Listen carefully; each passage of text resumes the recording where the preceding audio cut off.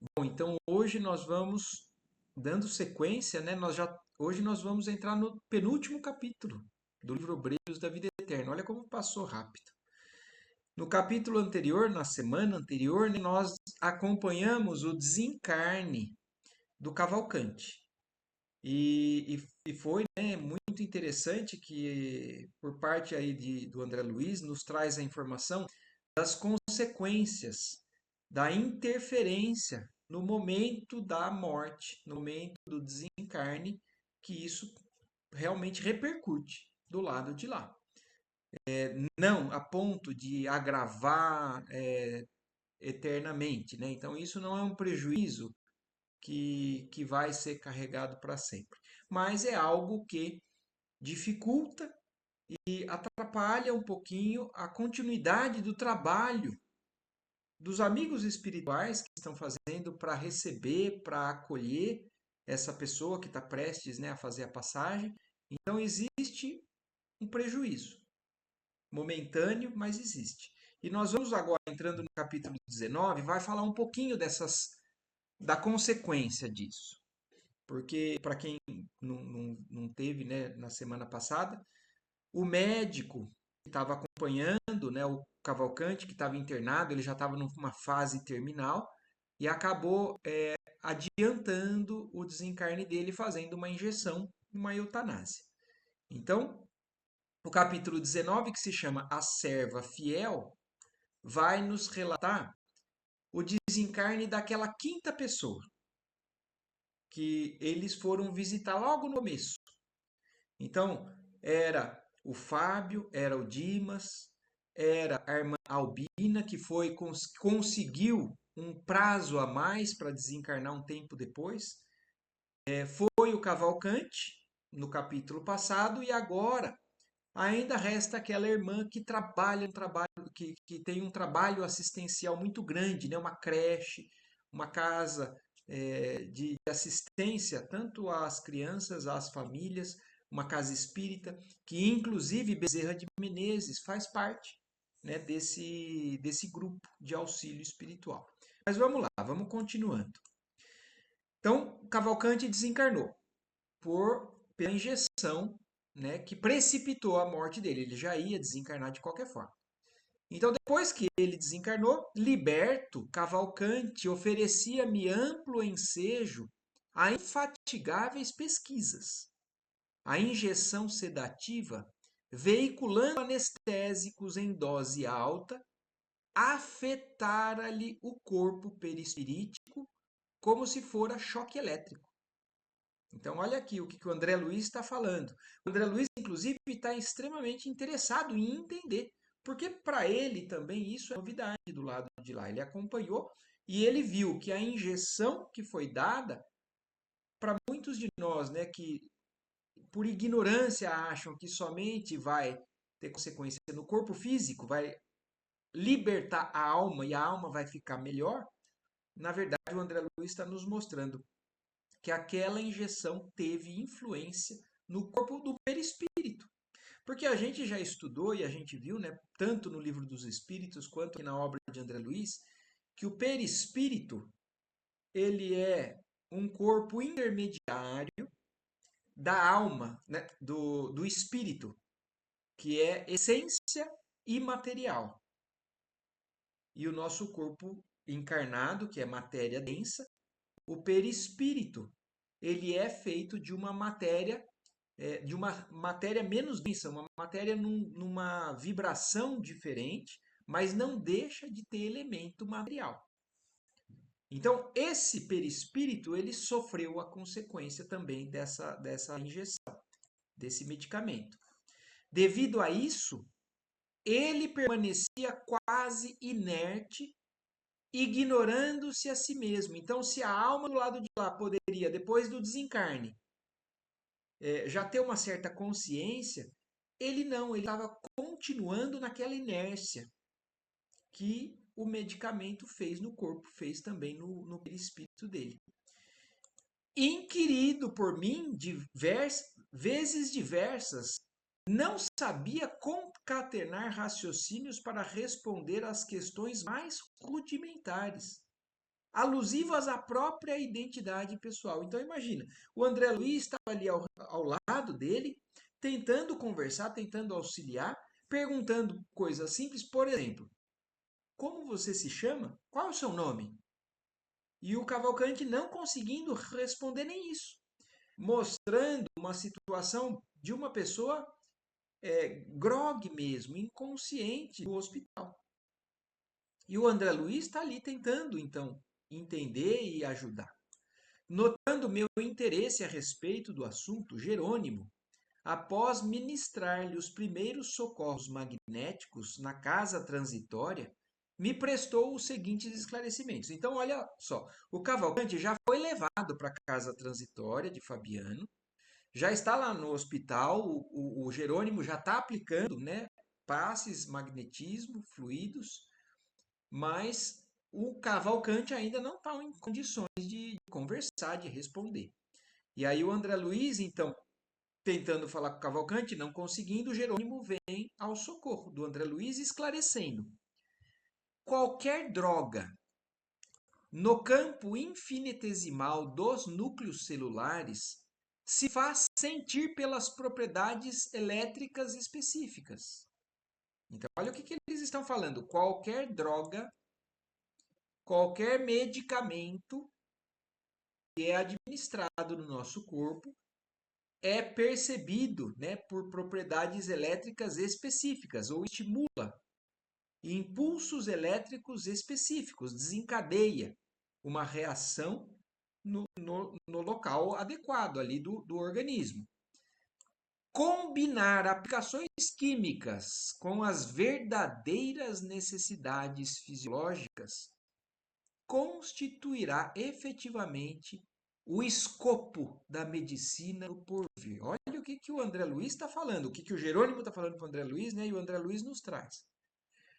O futuro da medicina é conseguir adequar ou ser o mais assertiva possível, sem exageros, sem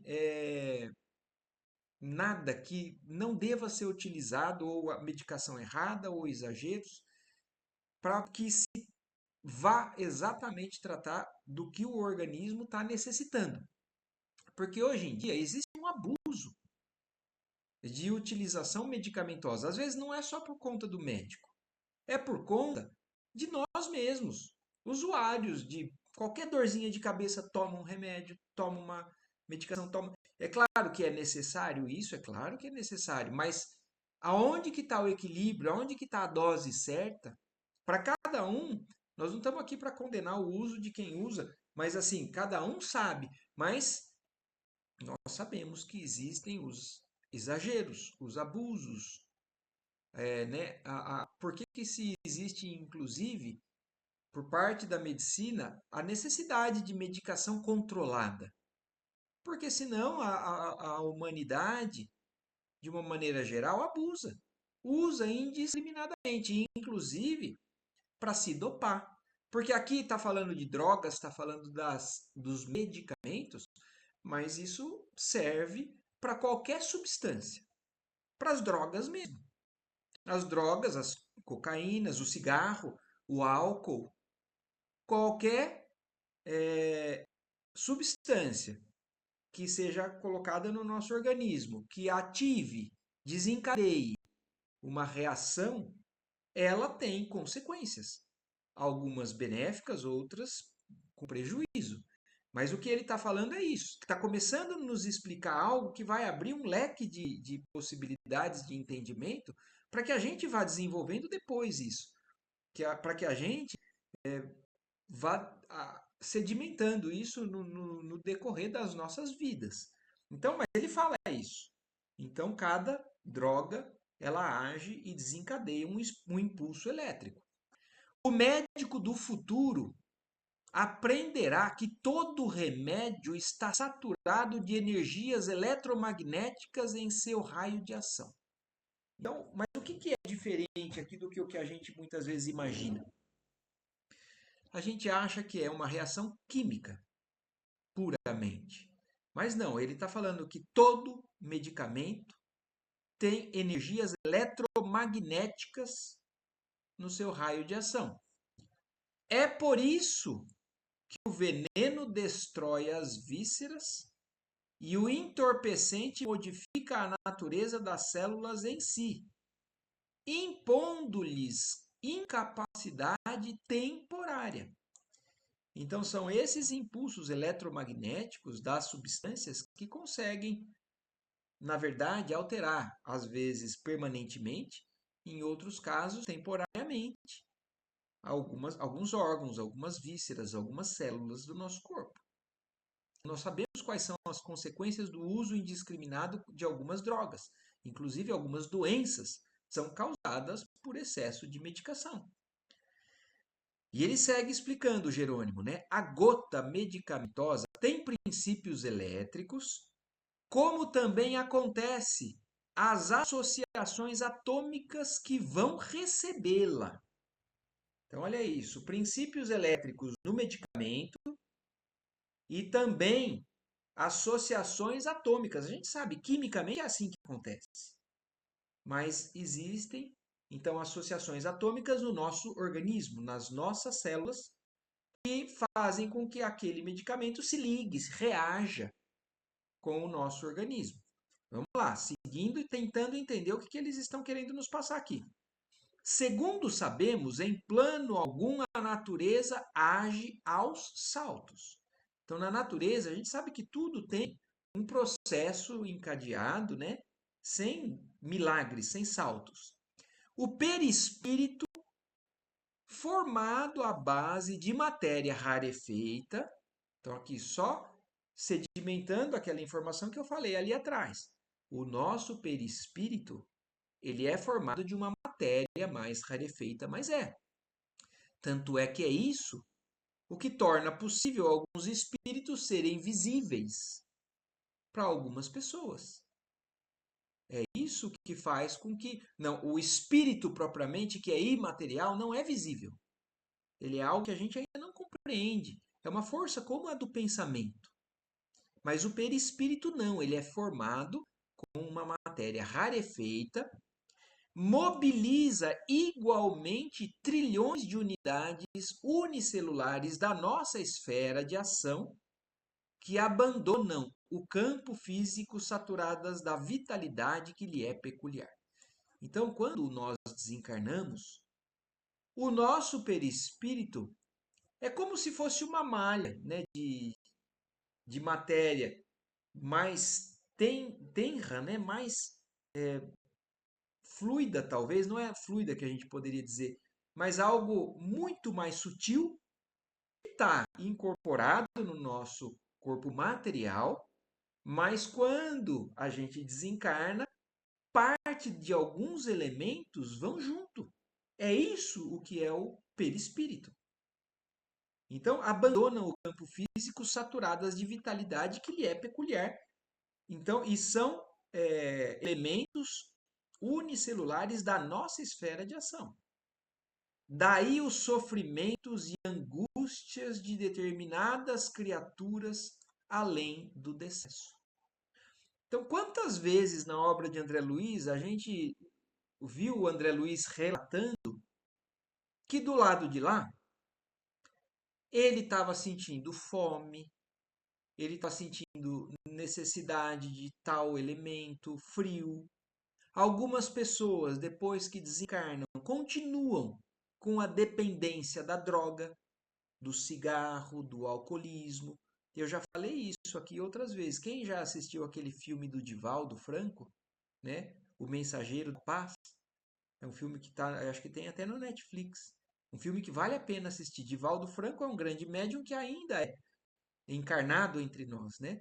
Mas mostra nesse filme uma pessoa que está sendo obsidiada por inúmeros espíritos ao redor dele ali, e são espíritos que eram dependentes do álcool, que desencarnaram e que continuam próximo desse ser, porque esse ser também ainda tem uma dependência de álcool e esses espíritos estimulam ele a beber mais e mais e mais. É a mesma coisa que acontece com quem usa droga, com quem fuma, ou com quem tem qualquer tipo de dependência de sensações físicas exageradas, né? Que passam do ponto do equilíbrio. Então é aqui que está explicando, é aqui que é uma parte, né, do livro que nos mostra por que o espírito, já que ele deixou o corpo para trás, por que esse espírito continua tendo sensações? Porque o perispírito ainda é formado por parte de matéria e carrega exatamente aquilo que ele tinha. É parte dele. Os suicidas costumam sentir durante longo tempo a aflição das células violentamente aniquiladas. Também quantas mensagens, né? Quantos trabalhos mediúnicos que a gente conversa com o espírito suicida. Ou quantos livros, né, da obra do Chico, da obra da Ivone, do Amaral Pereira, que fala que o espírito, por exemplo, que se matou tomando veneno, ou que se asfixiou, ele tem do lado de lá ainda a dor da queimação das células, por exemplo, daquele veneno que ele tomou na garganta. Ou a sensação de dificuldade de respirar. Então, por isso que nós continuamos sentindo, quanto mais ainda apegados às sensações da matéria, quanto mais materializados nós somos, mais nós também sentimos as consequências dessa materialidade do lado de lá. E o contrário é verdadeiro. Quanto mais espiritualizados nós estamos, quanto mais desapegados da matéria. Desapego não significa menosprezo à matéria, né? Para a gente lembrar, porque a matéria é um presente de Deus para que a gente cresça, evolua, interaja, aprenda. Mas o problema é o apego desequilibrado às sensações e às questões da matéria. Então, quando nós somos espiritualizados, nós utilizamos a matéria, mas não somos dependentes dela. Nós quem é que manda é o elemento espiritual. E para algumas pessoas ainda, quem é que manda é o elemento material, acima dos valores espirituais. Então, aqui está explicando, nesse capítulo, a sequência do lado de lá de muito do que acontece como se fosse uma continuidade daquilo que a gente escolheu como vida. A gente tem uma ideia enganada, né, errônea, de que então, eu posso fazer o que for aqui, quando eu partir, partiu, deixo o meu corpo para trás e tudo fica para trás. Não é. Quantos e quantos casos aqui na obra de André Luiz ele descreve das pessoas desencarnadas sofrendo as consequências dos abusos que tiveram aqui ainda encarnados. Então, durante longo tempo, alguns suicidas costumam sentir a aflição das células violentamente aniquiladas, enquanto os viciados experimentam tremenda inquietação pelo desejo insatisfeito. Então, o viciado, ele continua tendo o desejo da droga, mas aí ele não tem mais um corpo para saciar. E aí, então, ele fica tremendamente inquieto e por isso muitos se aproximam de ainda encarnados que são usuários para poder, através de alguma sintonia, perceber ou vampirizar aquela sensação que eles estão ali sentindo naquele momento. A elucidação era lógica e humana. Então aí o André Luiz ouviu tudo isso que o Jerônimo explicou e está raciocinando, né? Tudo isso fazia muito sentido para ele.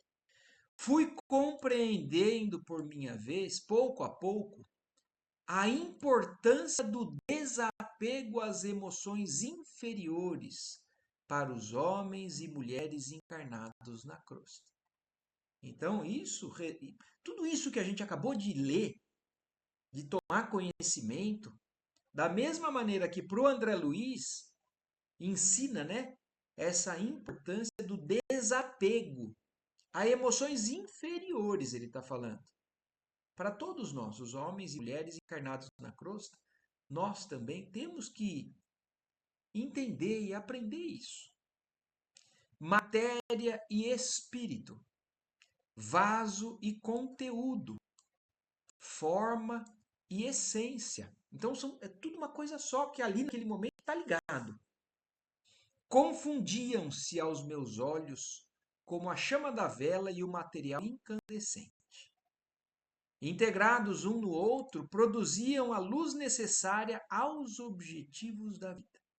Então existe, a gente não pode também interpretar erroneamente aquilo que eu acabei de falar, né, com relação nós estamos entendendo o valor do espírito, que nós somos espírito, que o que vai ficar, o que prepondera é o espírito, nossa carne. Ela vai desaparecer um dia, ela vai ser pó de novo, mas a gente não pode deixar de valorizar essa bênção divina que é o nosso corpo encarnado, que é o veículo que nós recebemos e nós temos a obrigação de cuidar, de bem cuidar. Então, porque olha como o André Luiz conclui nesse raciocínio dele. O corpo e o espírito integrados um no outro produzem a luz necessária. E isso a gente leva. O aprendizado, a vivência que a gente colhe na nossa existência é levado. O corpo fica. Mas o que a gente aprendeu vivendo no corpo, sentindo as coisas que ele sente, sentindo as consequências da maneira que a gente tratou ele, tudo isso a gente leva para lá. E é legal que ele fala, né, como a vela e o material incandescente, porque é bonito isso, né, de a gente pensar a vela e o fogo que estão ali produz luz. Então a vela se queima, a vela ela se consome, né, a parafina da vela se consome, mas qual é o resultado disso? Luz. E é isso que nós estamos buscando: luz, esclarecimento, nos tornarmos mais iluminados cada vez mais. O exame dos casos de morte trouxera-me singular enriquecimento no setor da ciência mental. Então, tudo isso que nós aprendemos nos capítulos anteriores, esses 4 não, né? 3 desencarnes até agora, porque a Adelaide não, a irmã Albina, ela teve uma moratória, né, um tempo a mais. Então o desencarne do Dimas, do Fábio e do Cavalcante. É o que o André Luiz está falando.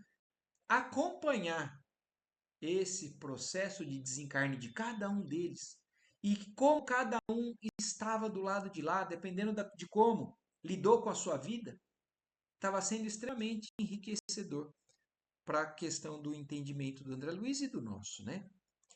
O espírito eterno nos fundamentos vale-se da matéria. Quer dizer, o nosso espírito é eterno. A matéria é perecível. Mas nós nos valemos dessa matéria transitória nas associações como material didático, sempre mais elevado no curso incessante da experiência para a integração com a divindade suprema. Então, isso daí é recurso que Deus nos dá para que a gente aprenda e se aproxime cada vez mais dele, né? Entrando cada vez mais em comunhão com o nosso Pai. Prejudicando a matéria. Então, porque aqui na nossa vida cada um lida de uma maneira. Não tem quem nunca tenha abusado, né, desse vaso que deveria ser santificado, que deveria ser enxergado como realmente algo que a gente devesse cuidar com todo amor, com todo carinho. Mas nós ainda somos crianças, né, nesse ponto de vista. E aí muitos de nós prejudicamos a matéria. Prejudicando a matéria, complicaremos o quadro de serviços que nos é indispensável e estacionaremos em qualquer situação a fim de restaurar o patrimônio sublime posto à nossa disposição pela bondade imperecível. Quer dizer, pode ser que o corpo fique para trás, mas a nossa consciência um dia vai estar desperta, a ponto de reconhecer, puxa vida, eu maltratei o meu corpo, eu abusei, eu não precisava ter abusado tanto. Imaginem, né? O que é a humanidade como um todo, não estou falando nem da gente nesse momento, mas a humanidade como um todo faz com o seu próprio corpo, com relação à bebida, à comida, totalmente desregrada, ao uso de drogas indiscriminadamente.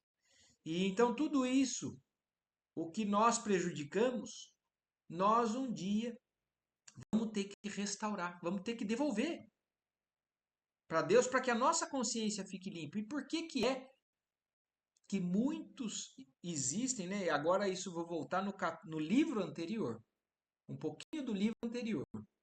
Vocês se lembram do livro anterior, quando foi descrito para a gente o planejamento reencarnatório?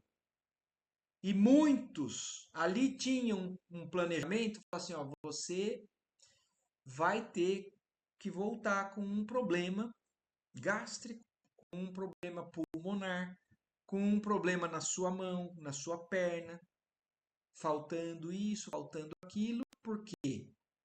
Porque na sua encarnação passada, e na verdade isso não é uma imposição. A gente também viu lá. Isso é um acordo que o espírito culpado com consciência aclarada sente a necessidade de reparar. Então, muitos de nós já espíritos em um estágio um pouquinho mais avançado compreendem, se arrependem e para poder aprender, para que isso fique sedimentado e poder equilibrar, nós muitas vezes aceitamos voltar com deficiências, com imperfeições, com doenças que, aos olhos daquele que não conhece a reencarnação, acham que é uma injustiça divina.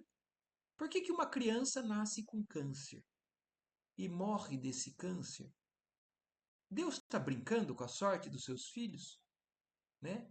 Isso seria injustiça. Para uns, ele dá saúde, para outros, ele dá a doença. Isso seria uma injustiça. Mas Deus é justiça sublime, é bondade, sem conta. Então, tudo isso, como ele nos fala, né? É material didático para que a gente aprenda. E isso a gente vem vendo, tá vendo aqui cada vez mais claramente, né? Tanto seremos compelidos ao trabalho regenerador na encarnação, como na desencarnação, na existência da carne como na morte do corpo, tanto no presente como no futuro. Então nós estamos em constante processo regenerador. Nós temos falhas, nós temos defeitos, nós temos vícios, nós temos trevas, temos. E nós somos convidados constantemente a entender, a aprender e nos regenerar. E começar a agir de maneira diferente. Quantas vezes nós lemos também nas lições passadas a influência de um pensamento negativo na nossa vida, na nossa saúde? A influência de um pensamento agressivo na nossa vida, na vida de outras pessoas. E isso tudo nós estamos sendo constantemente convidados a tomar conhecimento, tomar consciência e regenerar. E ele está falando aqui, ó, estejamos encarnados ou desencarnados, na carne, na morte do corpo, no desencarne, ou no presente ou no futuro. Deus quer que a gente entenda, aprenda, melhore. Então sempre é tempo. Ninguém se colocará vitorioso no cume da vida eterna sem aprender o equilíbrio com que deve elevar-se. Ninguém. Ninguém vai chegar numa condição extremamente satisfatória, né? Que é o que todos nós almejamos um dia. Gozar a paz celeste, né? Da alegria, de um paraíso que a gente idealiza, mas ninguém vai chegar no cume dessa vida eterna sem aprender o equilíbrio com que nós devemos lidar com a nossa vida material e com a nossa vida mental e espiritual. Daí as atividades complexas do caminho evolutivo. As diferenciações inumeráveis a multiplicidade das posições. Então, por que que alguns de nós estamos passando por determinados problemas e outros não? Por que que outras pessoas estão sofrendo demais alguma questão de doença ou alguma questão emocional ou alguma questão no trabalho e outras não? Por que que outras são tão agraciadas aparentemente? Então, cada um está lidando com aquilo que Deus sabe que é necessário. Se a gente for prestar atenção, aquilo que nós estamos passando de dificuldade é geralmente aquilo que realmente nós temos, pontos frágeis ou de imperfeições ali a serem trabalhados. Se a gente não tivesse, a gente não estava sofrendo com aquilo. Aliás, muitas pessoas, aliás, passam por problemas de saúde e não sofrem com aquilo. Porque já estão mais espiritualizados, já passaram por problemas como esse, superaram, e muitos vêm como missionários para exemplificar como é que se deve comportar perante uma dificuldade, para ensinar. A gente vê também inúmeras pessoas que nos rodeiam, que convivem conosco na nossa família ou como amigo, que são pessoas que dão exemplos, passam por problemas, mas os problemas não interferem negativamente na sua vida. Eles podem interferir, mas não negativamente. As pessoas não deixam que. Algumas pessoas já aprenderam isso e não deixam que isso aconteça. Então, por isso, a multiplicidade das posições de nós aqui encarnados. As escalas da possibilidade e os graus da inteligência nos variados planos da vida. Cada um lidando com aquilo que plantou, semeou e agora está colhendo. Para solucionar instantes problemas de Cavalcante, o nosso dirigente designou o padre Hipólito. Então, aí, depois que o Cavalcante, o Jerônimo explicou isso para o André Luiz fez as suas reflexões e o Jerônimo completou, né? Aí agora ele está falando, eles estão mostrando. O Cavalcante agora está sofrendo uma consequência no mundo espiritual de uma ação medicamentosa na vida encarnada dele. E agora, para solucionar esses problemas imediatos do Cavalcante, o nosso dirigente designou o padre Hipólito, por algum motivo. Bom, a gente consegue imaginar qual é o motivo, né? Eu não sei se vocês se lembram. O Cavalcante era uma pessoa extremamente católica. Então, no grupo ali existe um padre, e um padre, ele com certeza vai ser muito útil na aproximação, porque a pessoa da religião católica tem no padre uma figura de extrema confiança, de extrema estabilidade daquilo que ele precisa, da mesma maneira que para o evangélico é o pastor, para o espírita são algumas pessoas, para outras religiões são aqueles que são referência, porto seguro. E então, no caso do Cavalcante, um católico fervoroso, o Jerônimo pediu para que o padre Hipólito fizesse a aproximação e a ação mais direta, para segui-lo mais de perto, orientando-o quanto à renovação. Então, o Cavalcante estaria mais receptivo à conversa do padre, do lado de lá. O convalescente fixava-nos, receoso, vendo-se vítima de pesadelo em hospital diferente. Então, quando o Cavalcante via André Luiz, via o Jerônimo, ele achava que ele estava tendo um pesadelo, que ele estava num sonho esquisito, um hospital diferente, que não era aquele que ele estava antes. Declarava-se interessado em continuar no corpo terrestre, então ele ainda nem se dava conta de que realmente estava desencarnado. E ele queria voltar ali para o hospital onde ele estava antes. Chamava a esposa insistentemente. Da mesma maneira que aqueles que ficam, às vezes ficam desesperados e chamando por aquele que partiu, aquele que parte e também não consegue entender, né, a necessidade dessa separação temporária, seguir confiante, ele estava um pouco desesperado e chamando a esposa insistentemente. Repetia descrições do passado com admirável expressão emotiva.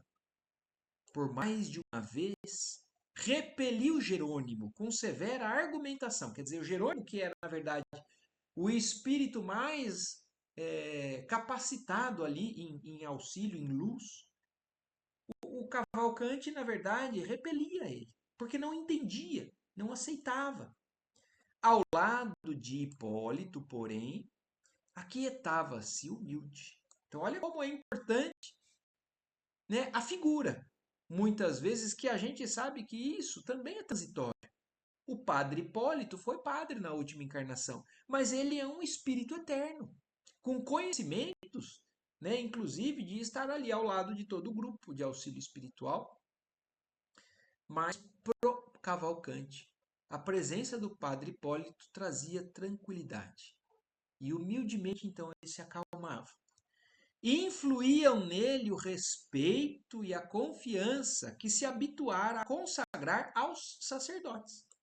Então, ele que era uma pessoa que convivia muito com os padres, com os sacerdotes e na igreja e nos trabalhos sociais da igreja, ele tinha um respeito e uma confiança muito grande, que era benéfico para ele do lado de lá. Então, se a injeção atrapalhou um pouco, bagunçou um pouco, a presença do padre Hipólito naquele momento estava sendo benefício para o Cavalcante.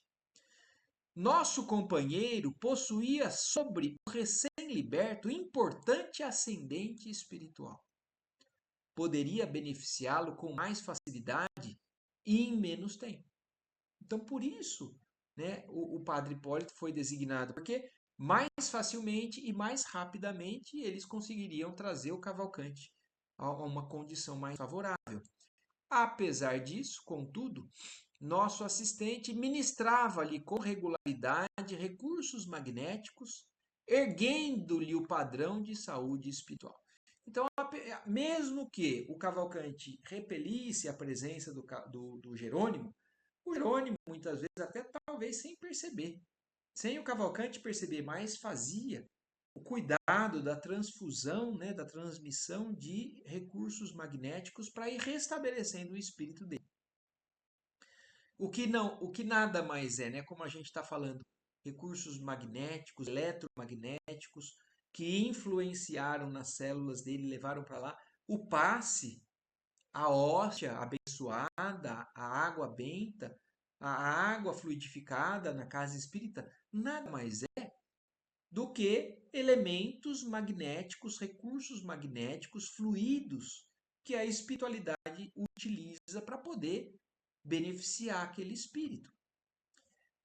O desencarnado ia despertando com extremo vagar. Então, olha aqui para a gente, mais uma vez, entendendo a consequência negativa daquela precipitação do momento do desencarne do Cavalcante.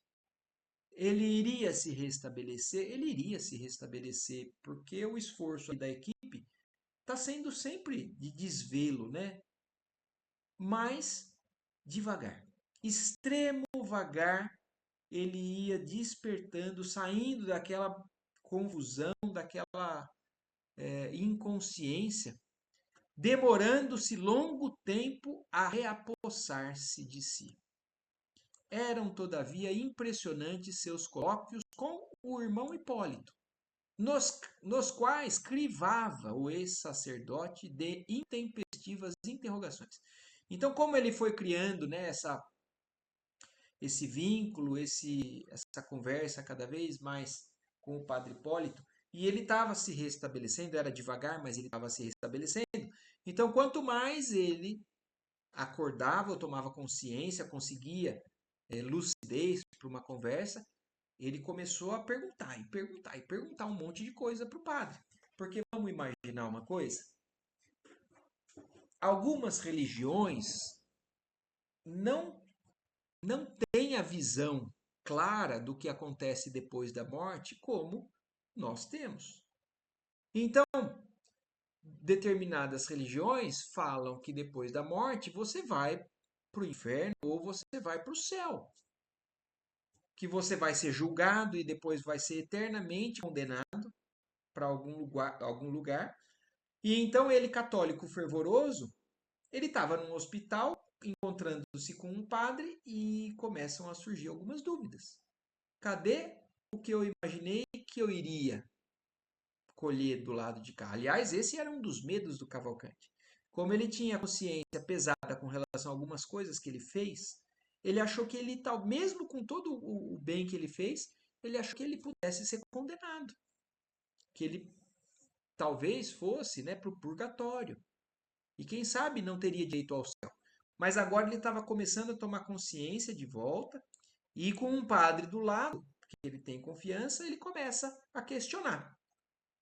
À medida que as suas condições mentais melhoravam, apertava o cerco.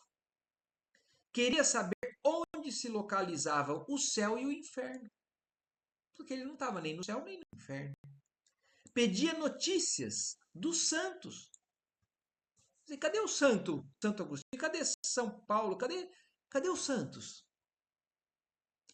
Pretendendo visitar aqueles a quem consagrava mais entranhada devoção. Quer dizer, ele tinha o santo da sua predileção. E ele, ali como uma pessoa daquela crença, assim, eu quero encontrar com ele. Eu achei que depois que então eu viesse para o lado de cá, era justamente o que eu iria encontrar. Rogava explicações referente ao limbo. Reclamava o encontro com parentes que o haviam precedido no túmulo. Solicitava elucidações sobre o valor dos sacramentos da Igreja Católica. Então vocês se lembram também nos capítulos passados quantos não foram aqueles que se revoltavam? Falaram assim, me prometeram isso, aquilo, e agora do lado de cá eu não estou tendo. Vocês se lembram daquele caso de um padre? Aí esse era um padre que estava no umbral ali, que eles foram com um grupo socorrer, que ele era inclusive um amigo muito próximo, uma pessoa muito querida de uma das coordenadoras de uma casa ali no umbral. E ele estava revoltado, porque ele falou assim: eu fiz tudo o que a igreja me mandou, e por que eu não estou aqui no céu? Então, muitos se deparam com o lado de lá sem o conhecimento verdadeiro do que acontece. Acham que porque simplesmente acreditavam em Jesus, que pediam perdão, mas não melhoravam, que estavam em condições de do lado de lá tá bem.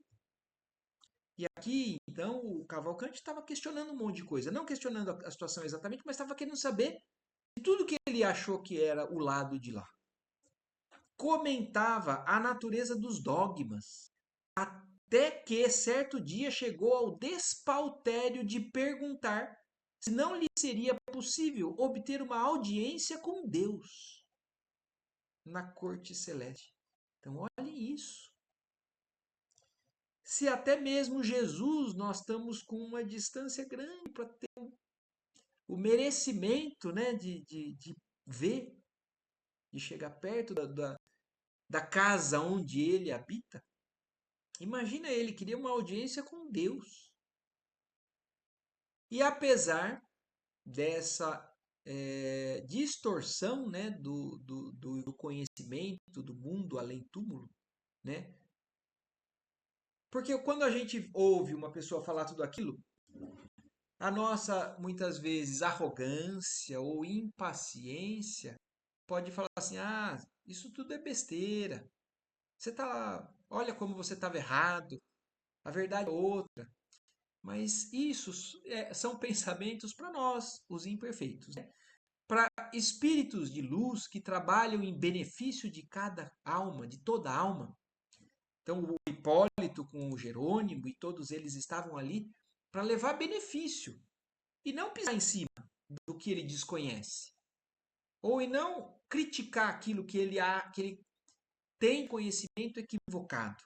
Então, Hipólito precisava mobilizar infinita boa vontade para tratar com respeito e proveito tamanha boa fé.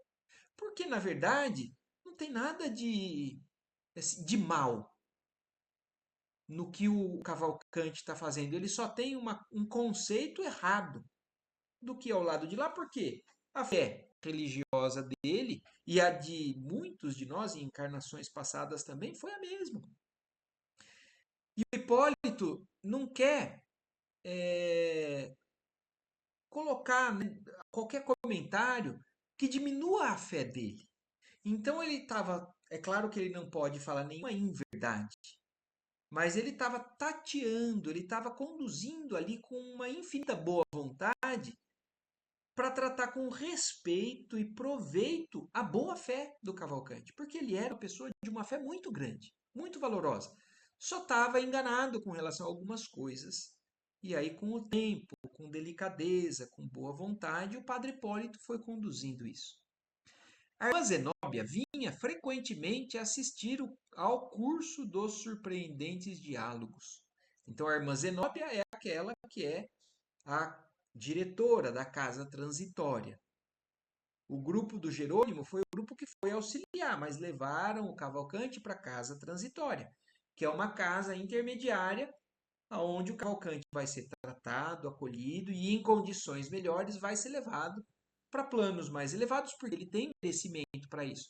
Por isso que a casa se chama casa transitória.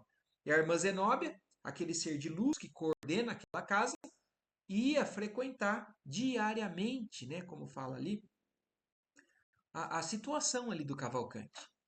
E de uma feita, quando nos achávamos juntos a pequena distância, comentou risonha. Então, ela acompanhando tudo aquilo que estava acontecendo, ela faz um comentário risonho, né? Nossa antiga Igreja Romana, então, com todo o respeito, né, à Igreja Romana Católica, tão venerável pelas tradições de cultura e serviço ao progresso humano, então não menospreza em nada a importância da Igreja Católica, mas é, em determinado sentido, né, é de fato na atualidade. Então, isso quer dizer que atualmente ela ainda é incompleta com relação ao conhecimento que o Espiritismo vem nos trazendo, mas isso um dia vai ser patrimônio da humanidade. Os espíritos respondem isso para Kardec. O Espiritismo um dia vai ser uma religião que todo mundo vai aceitar? O Espiritismo não. O conhecimento do mundo espiritual, sim. Então, não vai precisar que a humanidade se torne espírita, mas tem coisas que a humanidade não vai ter como negar, que é uma realidade, é uma verdade, que o espiritismo, por aceitar a comunicação com o mundo espiritual, nos trouxe de informação. Então, com todo respeito à Igreja Romana, como ela fala, mas na atualidade é grande especialista em crianças espirituais. São crianças porque não têm o conhecimento maduro do que é a vida depois do desencarne, depois da morte.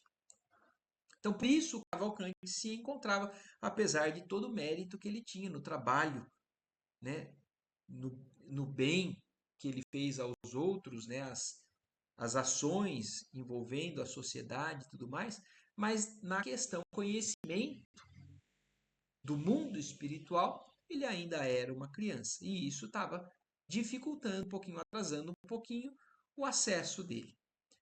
Examinando as dificuldades naturais do serviço de esclarecimento, Jerônimo recomendou a Hipólito e a Luciana dispensarem ao recém-liberto os recursos possíveis, em virtude da escassez de tempo. Então pediu ajuda, né, para que fossem aumentadas, né, as doses de tratamento, os recursos necessários para acelerar, para poder restabelecer mais rapidamente, né, o Cavalcante.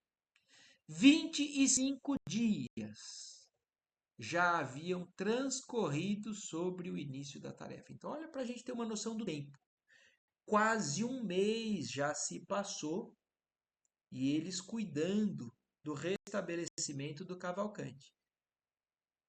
Então, um dos motivos é a concepção um pouco enganada com relação ao que é o lado de lá.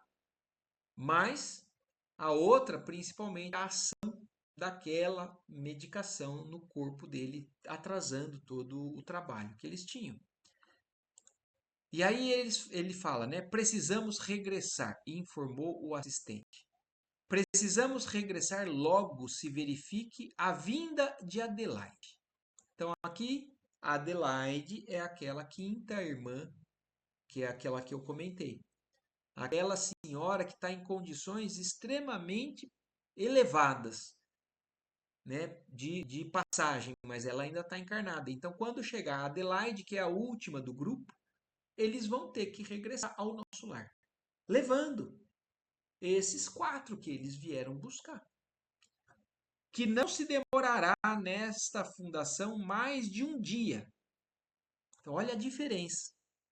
Se o Cavalcante está na casa transitória há 25 dias, a Adelaide, que é um espírito em outras condições, vai passar por ali e vai ficar um dia na casa transitória e depois já parte para as esferas mais altas. E para isso eles querem levar já o Cavalcante junto.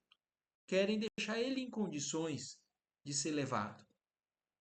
Cumpre-nos, pois, acelerar a preparação de Cavalcante com todas as possibilidades ao nosso alcance. E os companheiros desvelavam-se carinhosos. No fundo, todos sentíamos saudades do lar distante. Então, até o André Luiz estava sentindo uma certa saudade, né? Do próprio nosso lar, que já fazia algum tempo que eles estavam ali cuidando dessa situação. Que nos congregava em bênçãos de paz e luz. O próprio Fábio, equilibrado e bem disposto, colaborava para a solução do assunto, suspirando pela penetração nos santuários de mais alto. Então, aqui tem uma outra informação. Essa última observação eu achei muito interessante. O Fábio desencarnou há pouco tempo.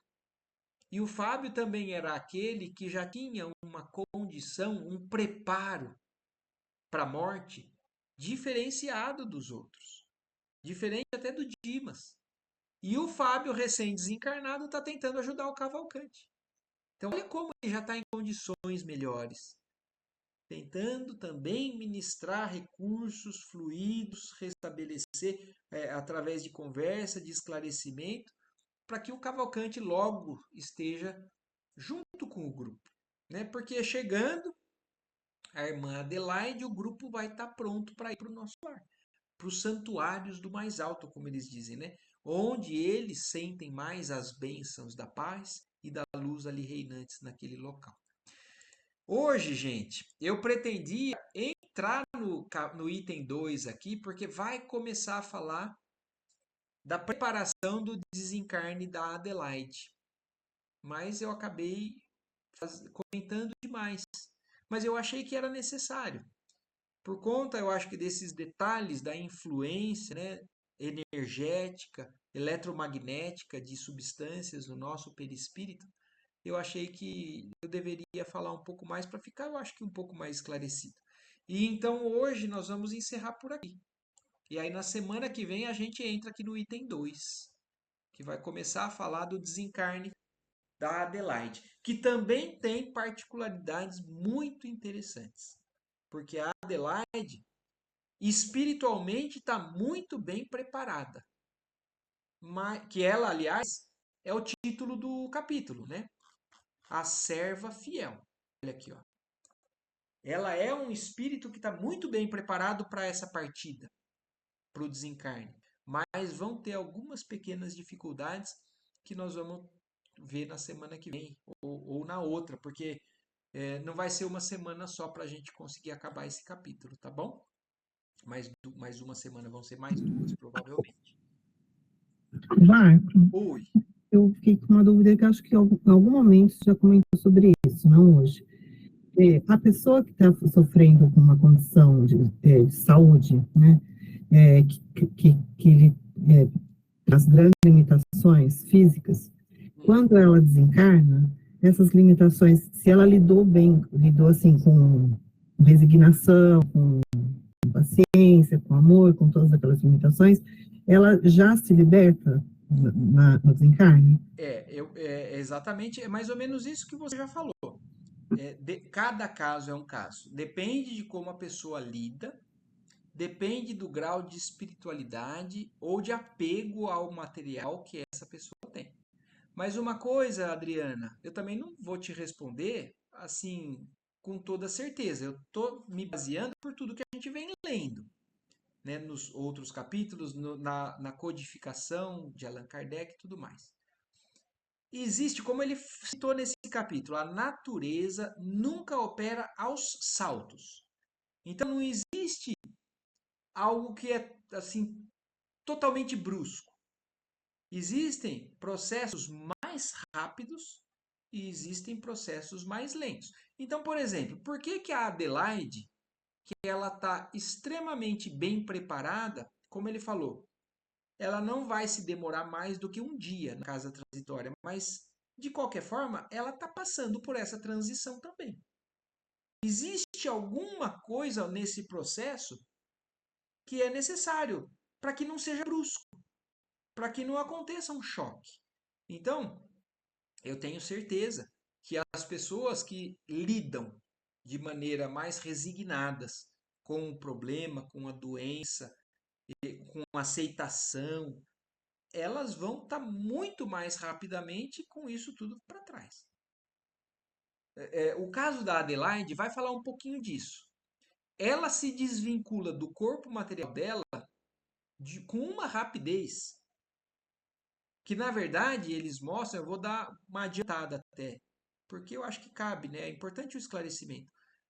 Mas a Adelaide, até agora, nós vimos todos os desencarnes com um trabalho do grupo do Jerônimo fazendo o desligamento de parte por parte do perispírito daquele corpo.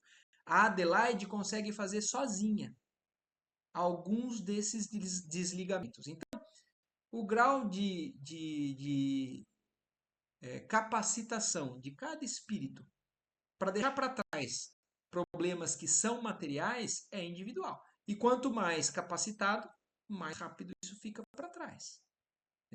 Menos o apego, a preocupação daquela pessoa ou a impressão que fica daquela pessoa com aquele problema. Então aquilo pode ser realmente muito rápido ou pode demorar bastante, um pouco ou bastante. Então o grau varia muito, dependendo disso. Mas eu acho que é isso. Não sei se te respondi que você, na verdade, Sim, estava com dúvida, se é isso mesmo que era dúvida. sim, deu para entender. Certo, gente? Mais alguma Certo. coisa? Para mim está tudo certo, Então tá joia. Bom, tudo tranquilo. maravilha então. O Donato tem gostado. Ah, seja bem-vindo, Donato. Depois a gente conversa com calma. Mas vamos agradecer a Deus pela oportunidade da gente estar aqui junto. Agradecer a espiritualidade que está sempre presente, nos conduzindo, né? Nos intuindo, para que a gente alcance um conhecimento maior. É claro que a gente sabe que tem muito ainda para a gente. Quanto mais a gente se esforça, mais a gente vai alcançando. Mas então, agradecemos a eles. Uma ótima noite, uma ótima semana para todos vocês. Boa noite. Boa noite, gente.